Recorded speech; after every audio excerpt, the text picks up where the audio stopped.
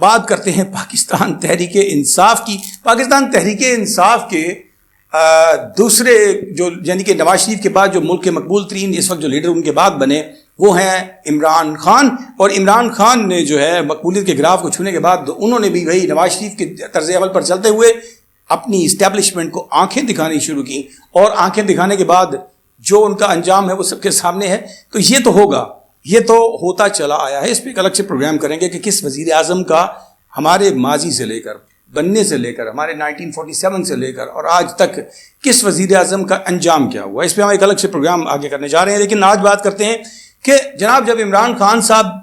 بھی ایک طرف ہو گئے, جب نواز شریف بھی ایک طرف ہو گئے, ان دونوں ہی نااہل ہیں اس وقت, دونوں ہی اس وقت وزیر اعظم کی کانٹیسٹ کے لیے نااہل قرار دیے جا چکے ہیں. تو ایسی صورت میں کمپٹیشن ہے کس کا؟ کمپٹیشن ہے جی میاں محمد شہباز شریف اور جناب شاہ محمود قریشی کے درمیان. جناب ان دونوں کے درمیان میں مقابلہ ہوگا. میں ذرا شاہ محمود قریشی صاحب کی ہسٹری پہ آج بات کرنا چاہتا ہوں. شاہ محمود قریشی جن کا تعلق ملتان سے ہے,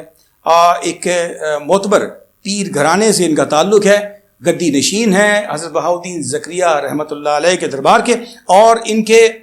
اس سجادہ نشین گدی نشین ہونے کی وجہ سے ان کا ایک معتبر نام ہے ملتان میں, جنوبی پنجاب میں, بلکہ سندھ تک. ان کے جو ماننے والے ہیں یہ ان کے پاس آتے ہیں اور ان کے پاس ان سے دعائیں وصول کرتے ہیں. اور ساتھ میں الیکشن کی جہاں تک اگر ہم بات کرتے ہیں, شاہ محمود قریشی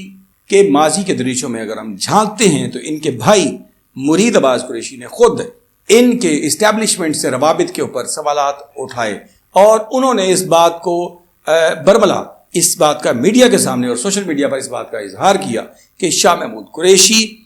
پاکستان تحریک انصاف میں خاص اشاروں کے اوپر داخل ہوئے اور ان کو اس بات کا اشارہ بھی دیا گیا کہ you will be the next chairman of Pakistan Tehreek Insaf and you will be the next prime minister of Pakistan. یہ جناب خود ان کے بھائی مرید عباس نے جو ہے اس بات کا انکشاف کیا, برملا اور کئی دفعہ کیا, اور انہوں نے اس بات کے اشارے دیے کہ وہ آنے والے وقتوں میں اس پارٹی پر قابض ہوں گے. اور یہ آج کے نہیں بلکہ کئی سال پہلے 2017-18 میں انہوں نے اس بات کا انکشاف کیا تھا. اور ان انکشافات کے بعد جو ہے آج تقریباً 5 سال کا عرصہ, 2018 کے بعد 5 سال کا عرصہ گزرنے کے بعد شاہ محمود قریشی نے نہ صرف پاکستان تحریک انصاف کا کنٹرول سنبھال لیا ہے بلکہ خود عمران خان نے اس بات کی تصدیق کی ہے, اس بات کی ہدایت کی ہے کہ ان کی غیر موجودگی میں شاہ محمود قریشی جو ہیں وہ پارٹی کو لیڈ کریں گے. اب دیکھنا ہے وقت کا تقاضا کیا ہے اور آگے کیا ہونے جا رہا ہے جناب. اس کے بعد جو ان کو جنوبی پنجاب کے اوپر ہم اس کی نظر ڈالتے ہیں کہ اگر ہم جنوبی پنجاب کی سیاست پر نظر ڈالیں تو یہاں اس خطے میں یقیناً سروائیول جو ہے وہ اس وقت پولیٹیکل سروائیول انہی لوگوں کی ہے جو کہ بلے کے نشان کے اوپر الیکشن لڑیں گے. یعنی جنوبی پنجاب میں عمران خان کے نام کا طوطی بولتا ہے اور یہاں پر لوگ جو ہیں وہ اسی بلے کو ہی ووٹ دینا پسند کرتے ہیں. اور ایسی صورتحال میں کبھی بھی شاہ محمود قریشی یا ان کے دیگر ساتھی کسی قسم کا سمجھداری کا مظاہرہ کریں گے, کسی رسک لینا پسند نہیں کریں گے, کیونکہ ان کو معلوم ہے کہ اگر وہ اس موقع پر علیحدگی اختیار کرتے ہیں پاکستان تحریک انصاف سے تو اس صورت میں عوامی رد عمل ان کے سامنے آ سکتا ہے اور عوامی رد عمل یقیناً ان کے خلاف ہو جائے گا. اور ایسی صورت میں ان کا ایک سمجھدار میں کہوں گا کہ فیصلہ ہے کہ وہ پاکستان تحریک انصاف کے ساتھ کھڑے ہیں. انہوں نے جیل کاٹی, انہوں نے مشکلات کاٹی اور پاکستان تحریک انصاف کے ساتھ کھڑے ہو کر نہ صرف اپنے ورکرز کی ہمدردیاں سمیٹیں بلکہ اپنے لیڈر کو بھی اس بات پر مجبور کر دیا کہ وہ کہیں کہ میرے بعد اگر پارٹی کو کوئی سنبھالے گا تو وہ شاہ محمود قریشی ہوں گے. لیکن دوسری جانب مرید عباس قریشی جو کہ ان کے بھائی ہیں, انہوں نے ماضی میں 2018 میں جو سوالات کھڑے کیے وہ تمام تر سوالوں کے جواب جو ہیں وہ ہو سکتا ہے کہ اب وہ ملنے شروع ہو جائیں, کیونکہ الیکشن کمیشن آف پاکستان کے اس اعلان کے بعد کہ بقول ARY کی رپورٹ کے کہ پاکستان تحریک انصاف کے چیئرمین عمران خان کو پارٹی صدارت سے, پارٹی چیئرمین شپ سے جو ہے وہ ہٹایا جائے گا. اور الیکشن کمیشن آف پاکستان اگر ایسا کرتا ہے تو اس صورت میں چیئرمین شپ یقینی طور پر شاہ محمود قریشی کے پاس آ جائے گی. اور اس کے بعد یہ جو الیکشن ہے, لیکن جہاں پر سوال یہ پیدا ہوگا کہ کیا لوگ اب آگے جو ایک امتحان ہے دونوں پارٹیز کا, مسلم لیگ نون کا بھی اور پاکستان تحریک انصاف کا بھی, کہ کیا لوگ نواز شریف اور عمران خان کے نام کے اوپر ان پارٹیز کو ابھی بھی ووٹ دیں گے، یا پھر اس لیڈرشپ کے الگ ہو جانے کے بعد، ان کے دونوں کے نااہل ہو جانے کے بعد ان دونوں پارٹیوں پر کتنا اثر پڑتا ہے اور ووٹ بینک اور ان کی مقبولیت میں اس کا گراف جو ہے وہ اپنی جگہ پر قائم رہتا ہے یا یہ گراف نیچے کی طرف آتا ہے۔ لیکن بہرحال جو انٹرفیرنس کے جو بیچ میں ہم کہیں گے کہ اسٹیبلشمنٹ کی انٹرفیرنس کے جو اشارے اب تک دیے گئے، نواز شریف کے پارٹی سے اترنے کے موقع پر بھی انہوں نے بھی اسٹیبلشمنٹ کے خلاف تقاریر کی، اور اس کے بعد عمران خان کے پارٹی صدارت سے اگر ان کو ہٹایا جاتا ہے، چیئرمین شپ سے ہٹایا جاتا ہے، تو اس صورت میں شاہ محمود قریشی اور شاہ محمود قریشی کے بھائی کے جو ان کے بارے میں سوالات ہیں، یہ یقینی طور پر اس بات کی طرف اشارہ دیتے ہیں کہ جمہوریت ایک سازش ہے۔ امید ہے کہ آپ اس پروگرام کو پسند کریں گے، اور ہمارے اس چینل کو اگر آپ نے ابھی تک سبسکرائب نہیں کیا تو سبسکرائب کیجئے، اور اس کے بعد بیل آئیکن کو پریس کیجئے تاکہ آپ کا اور ہمارا کنیکشن جڑا رہے۔ اپنے میزبان ڈاکٹر فیصل جہاں کو اجازت دیجیے، اپنا بہت سا، اپنے پیاروں کا بہت سا خیال رکھیے گا۔ اللہ نگہبان۔